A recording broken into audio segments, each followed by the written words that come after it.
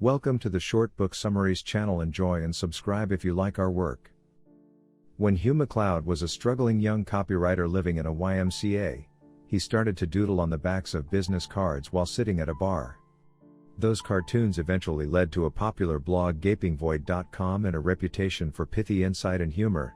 In both words and pictures.MacLeod has opinions on everything from marketing to the meaning of life, but one of his main subjects is creativity. How do new ideas emerge in a cynical, risk-averse world? Where does inspiration come from? What does it take to make a living as a creative person? Ignore Everybody expands on MacLeod's sharpest insights, wittiest cartoons, and most useful advice. For example, selling out is harder than it looks. Diluting your product to make it more commercial will just make people like it less. If your plan depends on you suddenly being discovered by some big shot, your plan will probably fail. Nobody suddenly discovers anything. Things are made slowly and in pain. Don't try to stand out from the crowd, avoid crowds altogether. There's no point trying to do the same thing as 250,000 other young hopefuls, waiting for a miracle. All existing business models are wrong. Find a new one.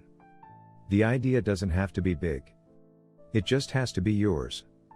The sovereignty you have over your work will inspire far more people than the actual content ever will. After learning MacLeod's 40 keys to creativity, you will be ready to unlock your own brilliance and unleash it on the world. I began reading this by midnight, and by 4 in the morning I had already read it twice.